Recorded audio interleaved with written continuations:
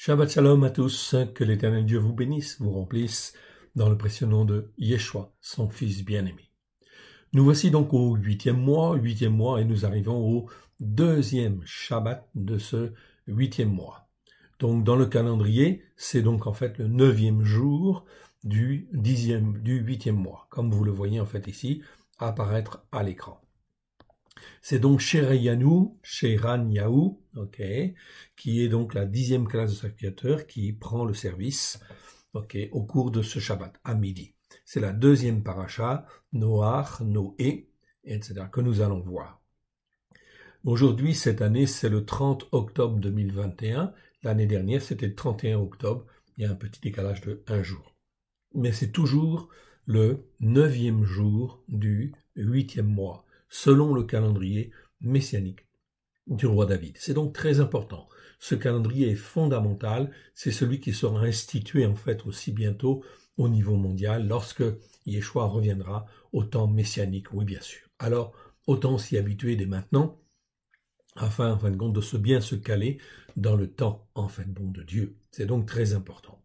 Nous sommes donc là, deuxième Shabbat du 8e mois, deuxième paracha, la paracha Noé. À titre d'introduction, donc, nous allons continuer en fait Jérémie, parce qu'effectivement le Seigneur confirme effectivement, donc nous allons voir le chapitre 8 de Jérémie, qui est tout à fait approprié, tout à fait d'actualité. Il nous parle. Dans ce chapitre 8, eh bien, l'Éternel parlait au travers de la bouche de Jérémie pour faire des reproches à son peuple. Et nous allons voir que les reproches qu'il faisait hier, eh bien, c'est les mêmes aujourd'hui. Aujourd'hui, présentement, en fait, ici, c'est exactement les mêmes reproches que l'Éternel fait à tous les croyants. Tous les croyants, en fin de compte, du monde entier, qu'ils soient juifs ou non juifs, afin de revenir sur sa parole. Voyons, si vous le voulez bien, c'est ce que, en fait, l'appel de l'Éternel Dieu au travers de Yirmiyahu, Jérémie chapitre 8. En ce temps-là, déclaration de l'Éternel, on tirera de leurs sépulcres les os des rois de Yehuda, les os des chefs, les os des sacrificateurs, les os des prophètes et les os des habitants de Yerushalayim. C'est donc très important. Ici, on est en train de parler de quelque chose de terrible. Cela veut dire que tous ceux, en fait, ici, qui ont été ensevelis, qui sont morts, eh bien, on va profaner leur tombe. Et on va exposer, en fait, leurs os, en fait, ici, au soleil, à la lune et à toute l'armée des cieux. C'est l'Éternel qui le dit. On les étendra devant le soleil, devant la lune, devant toute l'armée des cieux, qu'ils ont aimé, qu'ils ont servi, qu'ils ont suivi, qu'ils ont recherché et devant lesquels ils se sont prosternés. On ne les recueillera point, on ne les enterrera point, ils seront comme du fumier sur la terre. Voilà donc un jugement terrible. Cela va se faire par l'intermédiaire en fait de Nebuchadnezzar, oui bien sûr, qui va envahir le pays et qui vont profaner les tombes. Et ces eaux vont être exposées en fait ici, effectivement. Verset 3. La mort sera préférable à la vie. Donc voilà ce que l'Éternel dit. Je vous rappelle, Jérémie, c'est un prophète qui a parlé pendant plus de 40 ans. 40 ans, en fin de compte, a essayé de ramener le peuple à la Torah, pleine de grâce et de vérité, à la gloire de son saint nom, à la gloire de l'Éternel. Donc Jérémie n'a de cesse que de parler. Année après année, il va répéter en fait les mêmes choses et en fait il va insister. L'Éternel va donner d'autres informations. Il va dire en fait ici, la mort sera préférable à la vie pour tous ceux qui resteront de cette race méchante, en fait ici. Ça vient du mot ra, en fait en hébreu, qui est assez répandu. Il existe 663 fois dans 643 versets. Ça vient du verbe ra'a, qui veut dire être mauvais ou être méchant. Ça veut dire ne pas écouter et persévérer à ne pas écouter, persévérer à désobéir, persévérer à faire ce qu'on a envie de faire, etc. Et non pas en fin de compte ce que Dieu veut. Donc tous ceux qui resteront de cette race méchante, l'Éternel qualifie donc cette race de méchante. Dans tous les lieux où je les aurai chassés, déclaration de l'Éternel des armées. Donc Dieu va les chasser, oui bien sûr, afin qu'ils soient dispersés au travers de Nebuchadnezzar. Mais la vie va être difficile, leur vie va être très difficile. Ils vont rencontrer malheur sous malheur. Ok, ça ne sera effectivement que, en fait, des vies très difficiles, oui bien sûr, parce qu'ils n'ont pas écouté. Verset 4. Dis-leur, ainsi parle l'Éternel. Est-ce que l'on tombe sans se relever? Ok. Si on tombe, eh bien on se relève, c'est normal. On se détourne, ou se détourne-t-on sans revenir? Et si on se détourne, on prend une mauvaise voie, eh bien on revient. Okay. Eh bien ici, en fait, le peuple ne fait même pas cela. Pourquoi donc ce peuple, l'Éternel dit, pourquoi donc ce peuple de Jérusalem s'abandonne-t-il à de perpétuels égarements? Il persiste dans la tromperie, en fait, ici. Ok. Donc c'est le mot tromperie ou trahison, en fait, ici, quelque part. Ok. Donc, on pourrait en fait dire mensonge en fait aussi, mais c'est pas tout à fait le mot mensonge. Le mot ici, c'est torma. Torma nous parle de tromperie, de trahison en fait ici. Il refuse de se repentir. C'est mieux que convertir. En fait, il ne s'agit pas d'être converti, il s'agit de se repentir. Il croit en Dieu, c'est le peuple en fait élu, c'est le peuple choisi de Dieu en fait ici pour montrer l'exemple. Et ils ne le font pas. Okay. Ils refusent de se repentir. C'est le verbe chouv en fait ici qui est utilisé. Donc chouv ça veut dire se repentir en fait en réalité. Hein, c'est se repentir, revenir. Ça a donné le mot teshuva qui veut dire repentance, tout simplement. Donc ils refusent de se repentir, c'est-à-dire de reconnaître qu'ils sont sur une mauvaise voie, qu'ils n'écoutent pas et qu'ils ne mettent pas en pratique la parole de Dieu. C'est bien la situation que nous avons aujourd'hui en réalité, en fait ici. Est-ce que les hommes écoutent Dieu pour mettre en pratique, en fait, ce qu'il dit? Regardons le monde. Le Covid-19, en fait, est passé, en fait, ici, ok, enfin, en principe. Et effectivement, est-ce que cela a marqué les esprits? Est-ce que les hommes et les femmes se sont posés les bonnes questions? Non, ils courent et ils reviennent pour faire, en fait, la même chose qu'ils faisaient, en fait, avant. Verset 6. Continuons. Je suis attentif et j'écoute. Ils ne parlent pas comme ils devraient. Okay. Donc là, c'est tout simple. On écoute ce que les gens disent, comment en fait ils parlent. Et Dieu dit, je suis attentif et j'écoute. Ils ne parlent pas comme ils devraient. Aucun ne revient de sa méchanceté. Ne revient de sa méchanceté. Ou on aurait pu dire ne se repent, mais c'est pas le même verbe que tout à l'heure. Chouv. Okay. Ici, en fait, c'est un autre verbe. Okay. C'est le verbe naram. Naram au nifal. Et ça veut dire revenir ou regretter, en fait, ici. Aucun ne revient de sa méchanceté, de l'état, en fin de compte, dans lequel il était, dans lequel il raisonnait. Il était par rapport, en fait, à Dieu. Ils reviennent, en fin de compte, à ce qu'ils étaient. De sa méchanceté. Aucun ne revient de sa méchanceté et ne dit « qu'ai-je fait ?» Tous reprennent leur course, comme un cheval qui s'élance au combat. Tous reprennent leur course, comme un cheval qui s'élance au combat. Mon frère, ma sœur, c'est exactement la situation que nous vivons au jour d'aujourd'hui. L'après-Covid, c'est pareil. Tous reprennent leur course ou veulent reprendre leur course, comme un cheval qui s'élance au combat, en fait, ici. On est dans la même situation spirituelle. C'est extraordinaire comment, en fait, les paroles de Jérémie nous parlent. Dans Ecclésiaste, il est dit, l'histoire est un perpétuel recommencement. Et bien, nous vivons là, justement, en fin de compte, l'état spirituel que, en fait, qui était hier, en fait, à Jérusalem. Verset 7, le Seigneur dit, même la cigogne connaît dans les cieux sa saison. La tourterelle, l'hirondelle et la grue observent le temps de leur arrivée, mais mon peuple ne connaît pas la manière de bien juger devant l'Éternel. Ici, en fin de compte, c'est pas la loi, c'est le mot mishpat qui est utilisé. Mishpat, c'est la manière de bien juger, c'est le bon jugement, c'est en fait la manière comment il faut être. Et pour, en fin de compte, être dans cette manière de juger, bien sûr, il faut apprendre, il faut écouter, il faut lire, ou avoir une attitude de cœur qui vise à vouloir bien faire devant Dieu, à vouloir bien juger, à écouter et à mettre en pratique. Donc ici, mais mon peuple ne connaît pas la manière de bien juger devant l'Éternel. Verset 8. Comment pouvez-vous dire « Nous sommes sages » ? La Torah de l'Éternel est-elle en nous ? Là, c'est clair. La Torah de l'Éternel est-elle en nous ? ok, ou avec nous dans certaines traductions. Mais en nous, c'est mieux. Ok, la Torah de l'Éternel est-elle en nous? Ok, donc très clairement, on peut se poser la question au jour d'aujourd'hui. Et en fait, les hommes et les femmes, croyant qu'ils soient catholiques, protestants, évangéliques, la Torah de l'Éternel est-elle en nous, en fait?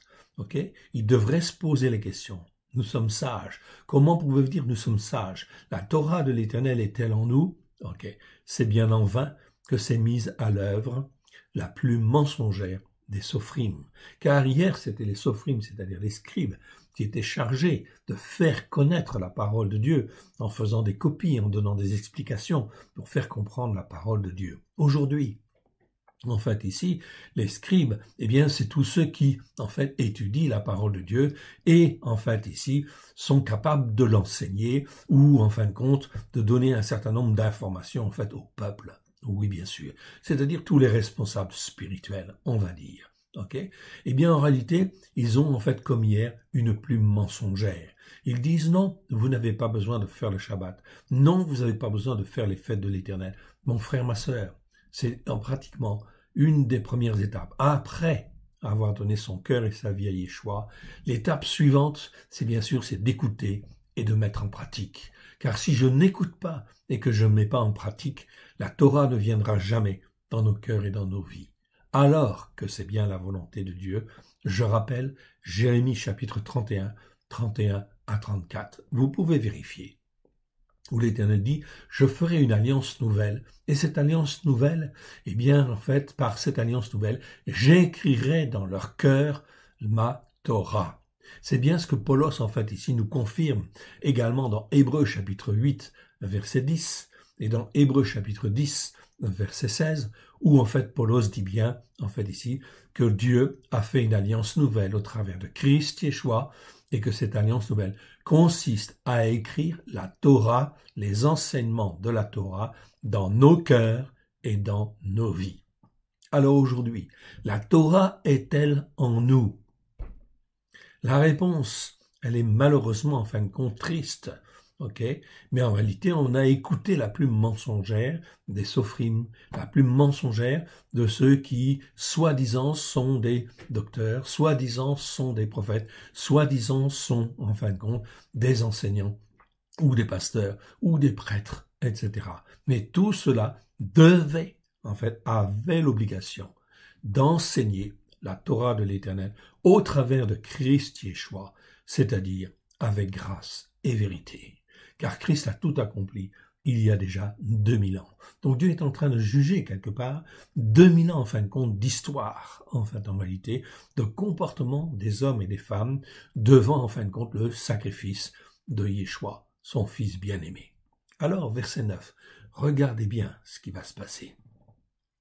Les sages sont confondus, ils sont consternés, ils sont pris.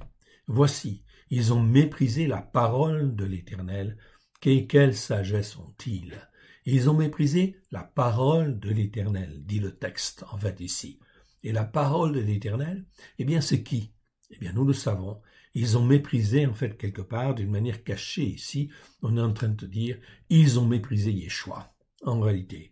Car Yeshua est la parole de Dieu. Et la parole de Dieu incarnée.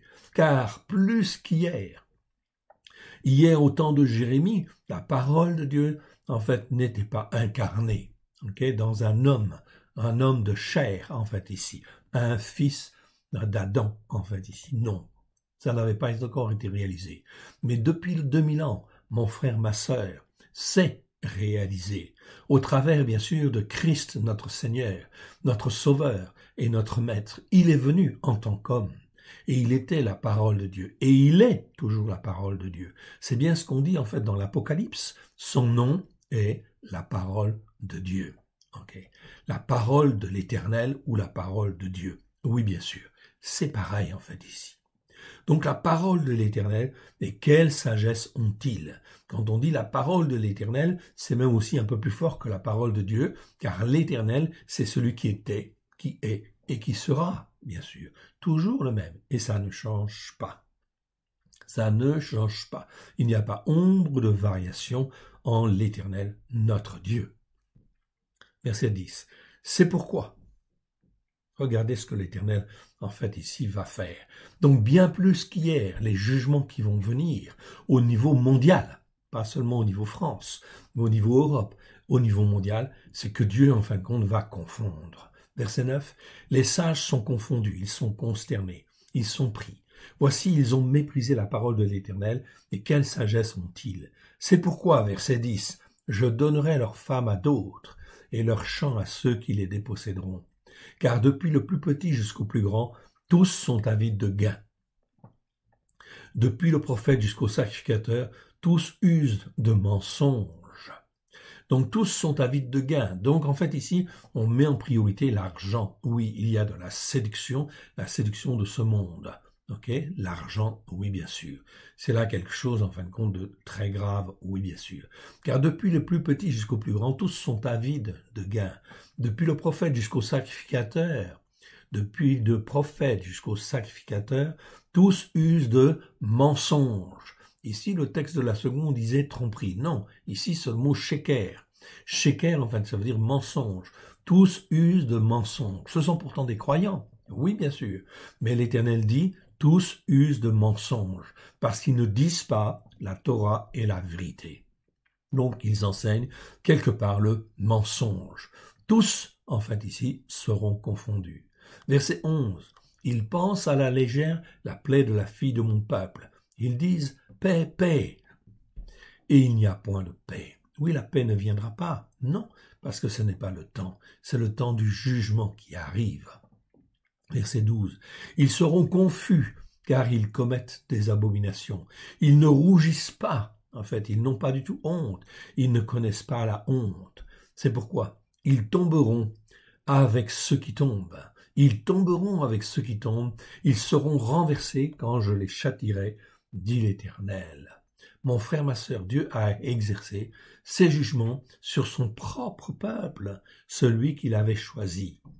Alors, bien plus encore aujourd'hui, évidemment, tous ceux qui ont été rachetés doivent écouter et mettre en pratique, c'est-à-dire être dans une crainte respectueuse de l'Éternel Dieu, de ce qu'il a dit pour écouter et mettre en pratique, avec grâce et vérité, au travers de Christ Yeshua, car nous avons été rachetés au prix du sang précieux de son Fils bien-aimé, pour que nous soyons à lui. Ok, on continue. Ils ne connaissent pas la honte. Verset 12. C'est pourquoi ils tomberont avec ceux qui tombent. Ils seront renversés quand je les châtierai, dit l'Éternel. Verset 13. Je veux en finir avec eux. Il y a un moment où c'est fini. Ok, Dieu est patient. Dieu est bon, on est d'accord. Ok, mais en fait, il y a un moment, ça se termine. Je veux en finir avec eux, déclaration de l'Éternel. Il n'y aura plus de raisins à la vigne, plus de figues au figuier, et les feuilles se flétriront. Ce que je leur avais donné leur échappera. Voilà ce que l'Éternel est en train de dire.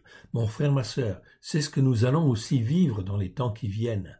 Il n'y aura plus de raisins à la vigne, et plus de figues au figuier, et les feuilles se flétriront. C'est-à-dire que la production en fait agricole, ne donnera plus en fin de compte ici toute sa bénédiction. Tout cela venait de Dieu et vient de Dieu. Ce que je leur avais donné leur échappera, dit l'Éternel. Ça nous annonce des difficultés économiques énormes dans les temps qui viennent. Verset 14. Pourquoi restons-nous assis? Rassemblez-nous et allons dans les villes fortes pour y demeurer immobiles. Donc voilà, la détresse va être telle, alors les gens vont se dire allons dans les villes fortes. Non pas pour y périr, c'est écrit dans la seconde ainsi, non, c'est pas la bonne traduction. Pour y demeurer immobile. Rachi dit bien, parce qu'on croit que dans les villes, en fin de compte, ça ira mieux, en fait, ici. On pourra se protéger ou être protégé. Mais ils ne seront pas, en fin de compte, tranquilles non plus. Pour y demeurer immobile, pour y demeurer tranquille. C'est la traduction de Rachi. Rachi, je vous rappelle, c'est un traducteur, en fin de compte, juif, qui, en fait, a une notoriété énorme. Tout le monde, en fait, connaît dans le monde juif, tout le monde connaît Rachi, et tous ceux qui connaissent un petit peu les racines juives, en fin de compte, on connaît Rachi comme étant, en fin de compte, un des plus grands commentateurs juifs, en fait, ici. Donc nous l'utilisons en fait assez souvent, et effectivement, nous l'aimons bien, en fait aussi quelque part. Car l'Éternel, notre Elohim, nous destine à la mort. Il nous fait boire des eaux empoisonnées parce que nous avons péché contre l'Éternel, contre Yod et Vavé, en fait ici. Vous pouvez dire Yod et Vavé, ou vous pouvez dire l'Éternel comme vous voulez. Ça en pensant en fin de compte que là, c'est bien le tétragramme. Et le tétragramme, en fait, en hébreu, cela veut dire en fin de compte celui qui s'appelle je suis. Je suis en fait en tout temps. Hier, j'étais celui qui était. Aujourd'hui, je suis celui qui est. Demain, je suis celui qui sera. En fait, ici, c'est toujours le même. C'est Yod et Vavé, c'est l'Éternel. On peut dire l'Éternel. La traduction de l'Éternel est quand même pas mal, quelque part.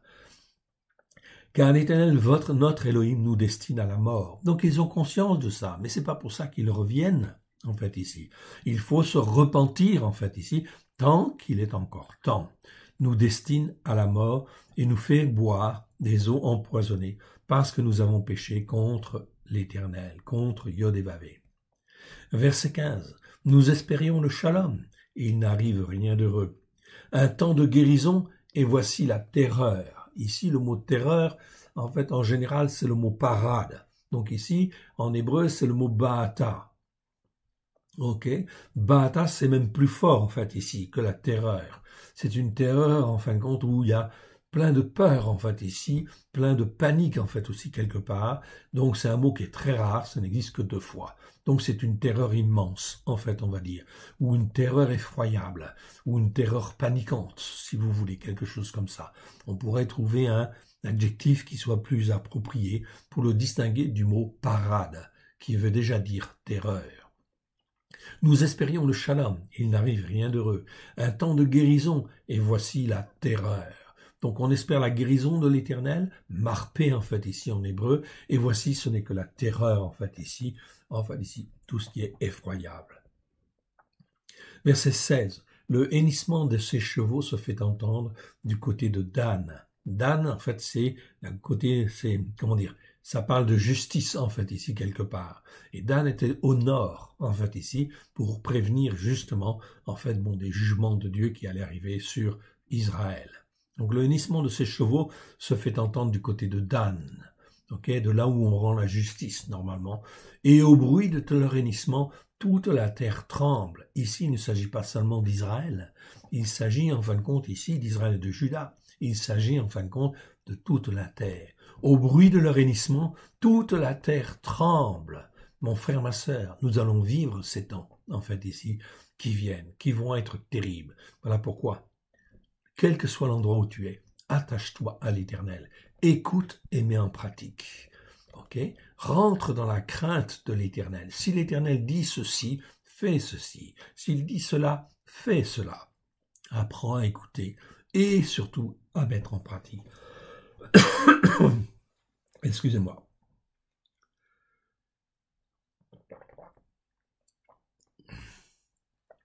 Le hennissement, verset 16. Le hennissement de ses chevaux se fait entendre du côté de Dan. Et au bruit de leur hennissement, toute la terre tremble. Ils viennent, ils dévorent le pays et ce qu'il renferme, la ville et ce qu'il habite. Je ne sais pas comment ça va se passer, mais ça va être terrible. Il va y avoir de grandes catastrophes, ça va être terrible. Les gouvernements vont être dépassés. Oui, dépassés, en fait, ici. C'est donc très important pour pouvoir aider les populations, ça va être très difficile, ça va être très compliqué. De faire sans Dieu. Car j'envoie parmi vous des serpents et des basiliques. Serpent, c'est narash en hébreu, et des basiliques, tsefa. En général, quand on parle en fait chez les prophètes de serpents et de basiliques, ça veut dire en fin de compte plein de choses qui sont là pour piquer et pour mordre en fait ici quelque part. Donc des choses vraiment très désagréables qui font beaucoup souffrir. Car j'envoie parmi vous des serpents et des basiliques, contre lesquels il n'y a point d'enchantement. C'est-à-dire il n'y a pas de réponse, il n'y a pas de guérison possible. C'est la souffrance, c'est la piqûre, c'est en fin de compte le stress en fait ici. Toutes ces choses-là en fait vont venir. Car j'envoie parmi vous des serpents et des basiliques, contre lesquels il n'y a point d'enchantement. Point d'enchantement. Ils vous mordront, déclaration de l'Éternel, de Yod et Vavé. Verset 18.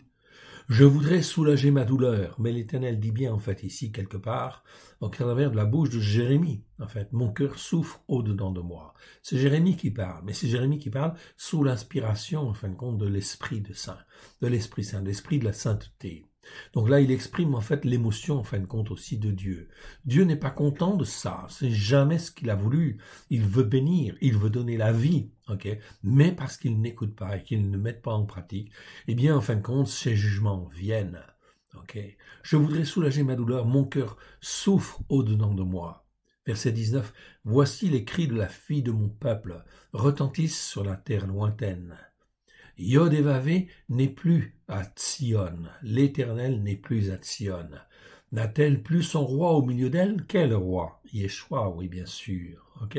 Qui est son roi? Le roi qui est sur la montagne de Tsion, c'est Yeshua. Et il y a toujours été, oui bien sûr, avant même qu'il ne vienne en tant qu'homme, il était déjà roi, ok? Et en fin de compte, sacrificateur, oui, selon l'ordre de Malkitsédek. On le voit, en fait, avec Abraham. Abraham, en fin de compte, fit alliance avec Malkitsédek, le sacrificateur du Très-Haut. Qui était ce Malkitsédek? Eh bien, c'était Yeshua, oui bien sûr. Et on va te le rappeler, en fin de compte, aussi dans Hébreu, évidemment.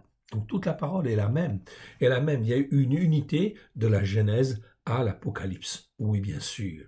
Et le roi dont on parle là, bien sûr, c'est Yeshua.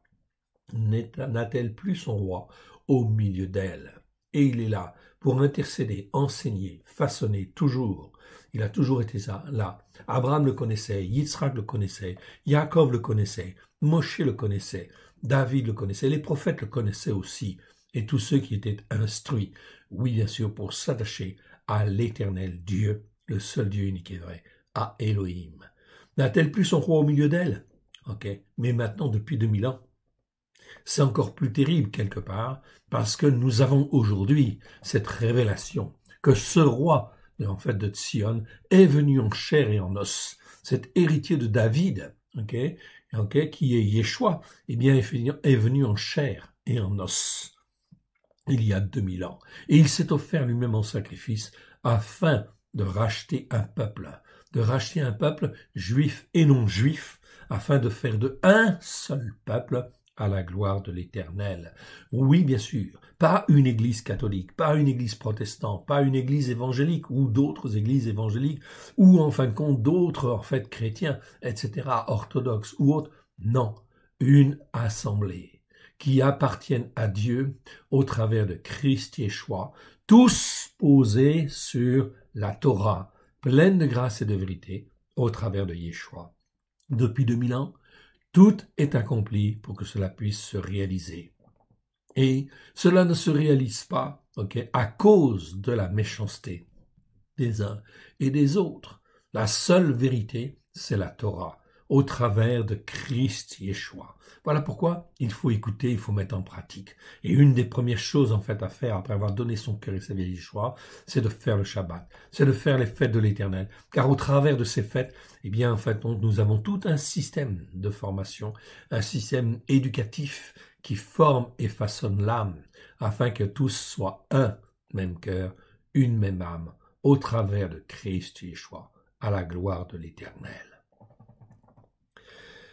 Ok, je voudrais soulager ma douleur. Je reprends à partir du verset 18. Je voudrais soulager ma douleur. Mon cœur souffre au-dedans de moi, car les cris de la fille de mon peuple retentissent sur la terre lointaine. Yod et Vavé, l'Éternel, n'est-il plus à Tsion? N'a-t-elle plus son roi au milieu d'elle? Pourquoi m'ont-ils irrité? Par leur image taillée, par leurs idoles, de l'étranger idolâtre. Nérar en hébreu, c'est l'étranger idolâtre.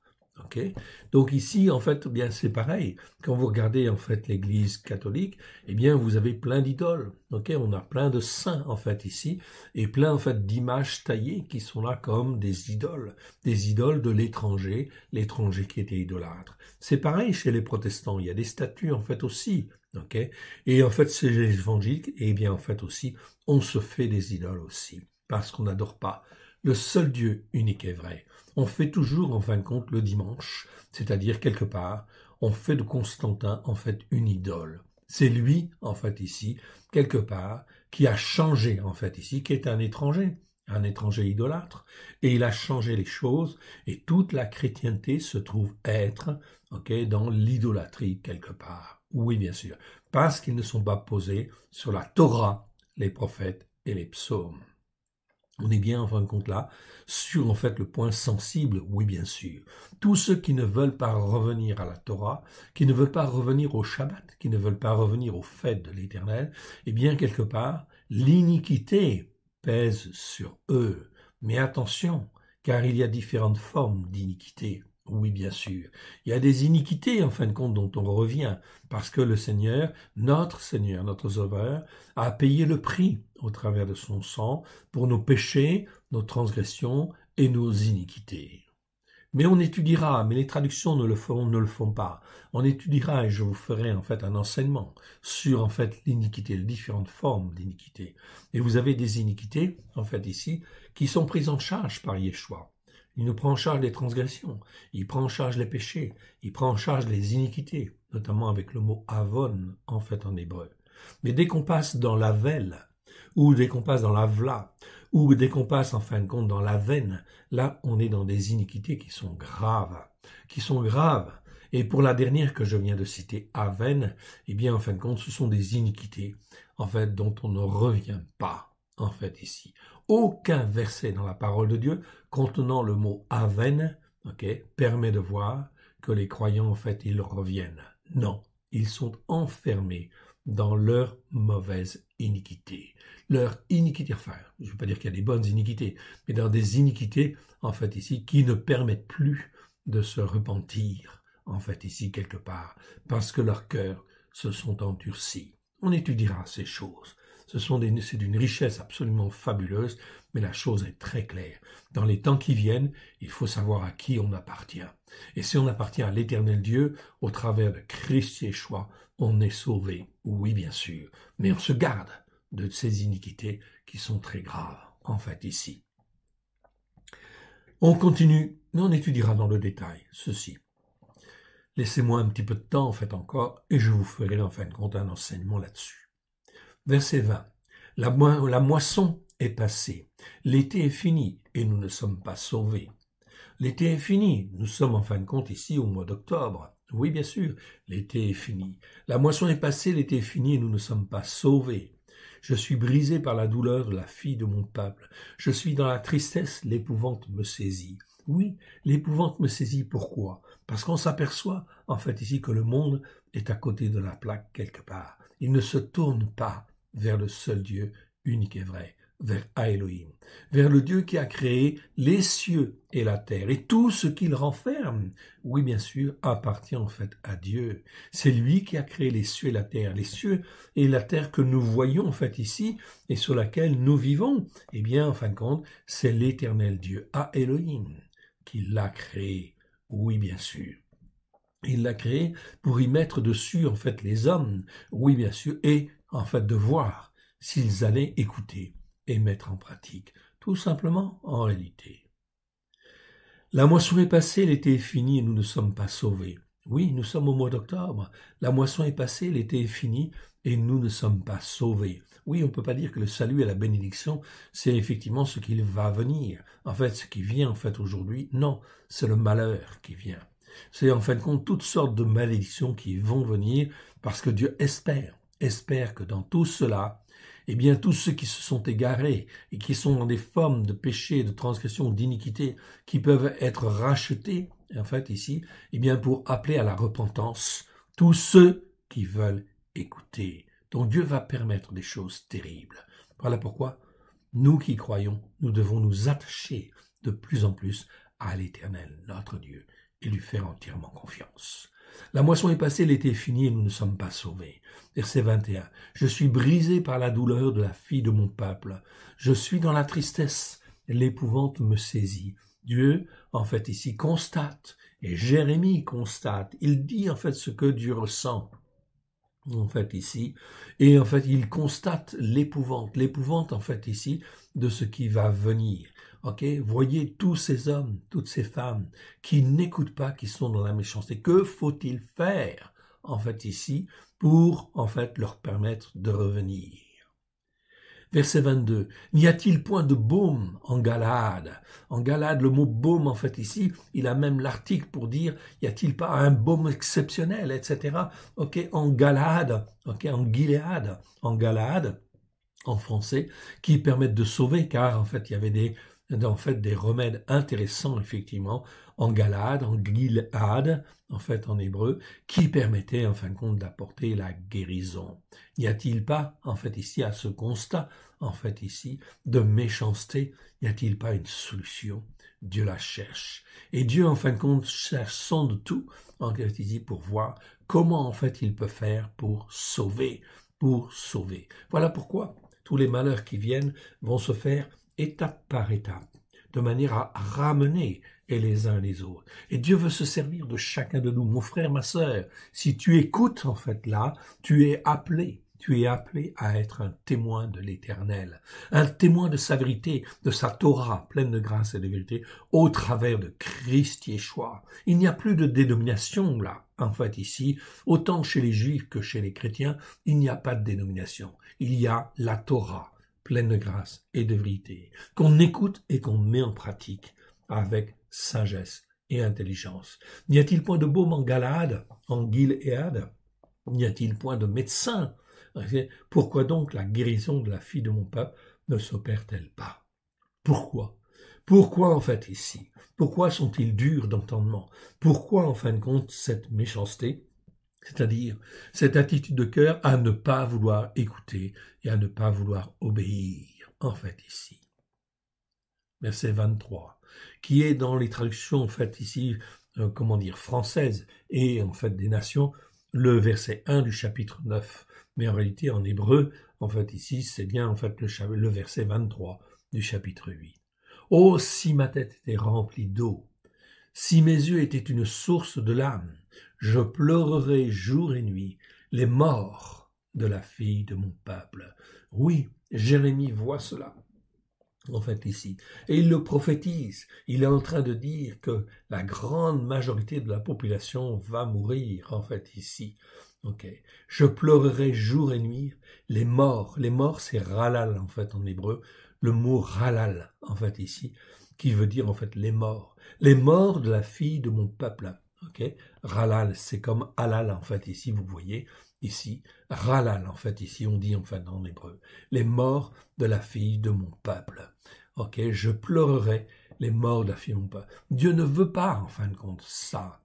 Mais il est contraint, en fin de compte, de le faire parce que c'est un Dieu juste. Il mérite la mort, en fait, ici. Et il cherche, en fait, ici, quelque part, la mort. Ils ne veulent pas écouter. Ils ont le cœur endurci comme Pharaon. Ils ont le cœur, en fait, endurci comme beaucoup d'autres, en fait, encore. Ils ne veulent pas se repentir. Alors, s'ils ne veulent pas se repentir, s'il n'y a plus, en fin de compte, de possibilité, Dieu qui sonde, en fait, le cœur et les reins, par son esprit, je dirais, c'est l'esprit de Dieu qui sonde les profondeurs de Dieu, et c'est l'esprit de Dieu qui sonde les profondeurs de l'homme, qui est capable de voir si, en fait, un tel ou tel autre est capable de venir dans la repentance, oui ou non. Est-ce qu'il le voudra, en fait, un jour? Dieu le sait. Malheureusement. En fait, ou heureusement, Dieu le sait, en fait, ici. Donc c'est quelque part de terrible. Ils vont mourir. Et Dieu ne veut pas, en fait, la mort de ces hommes et de ces femmes.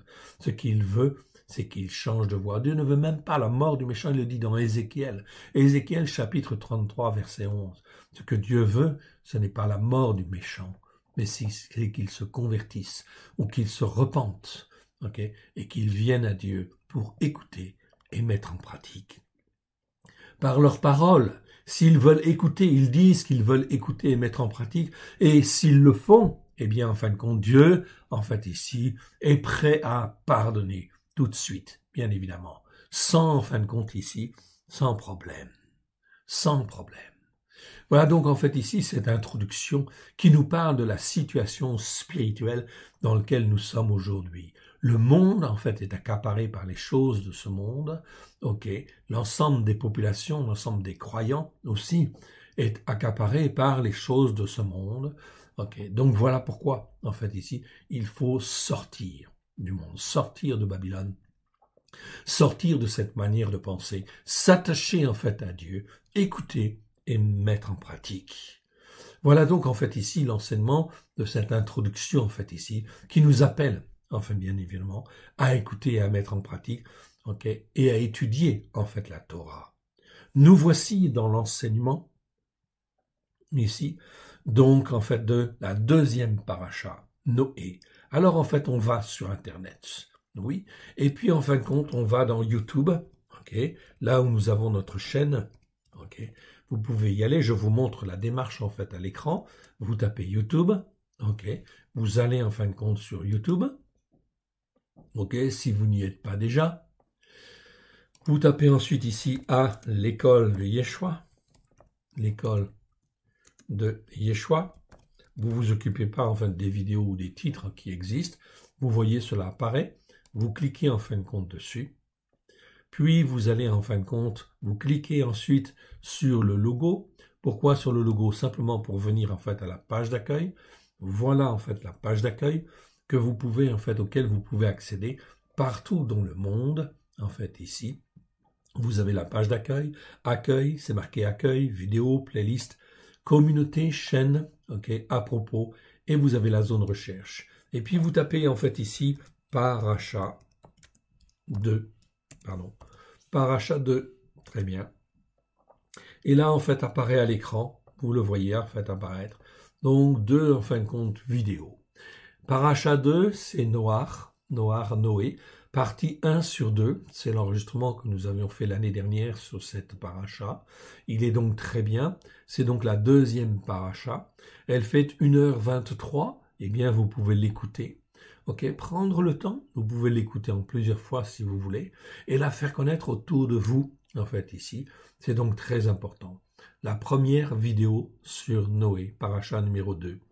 La paracha, en fin de compte, 2, la deuxième partie, vous l'avez juste en dessous. Elle fait 1h37. Eh bien, vous l'avez là, en fait, ici. Ok, je ne vais pas la mettre. On va revenir. Ok. Donc, paracha numéro 2, je vais revenir, en fait, pardon. Voilà, accueil. Paracha 2, voilà. Voilà, paracha 2. Voilà, c'est bon.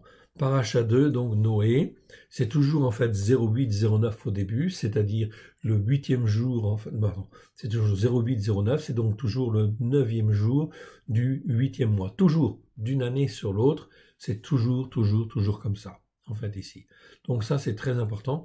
C'est toujours le même jour du 8e mois. 9e jour du 8e mois. Toujours. Là, vous avez donc les 2 parachas. Vous pouvez les étudier et les faire connaître tout autour de vous afin de témoigner.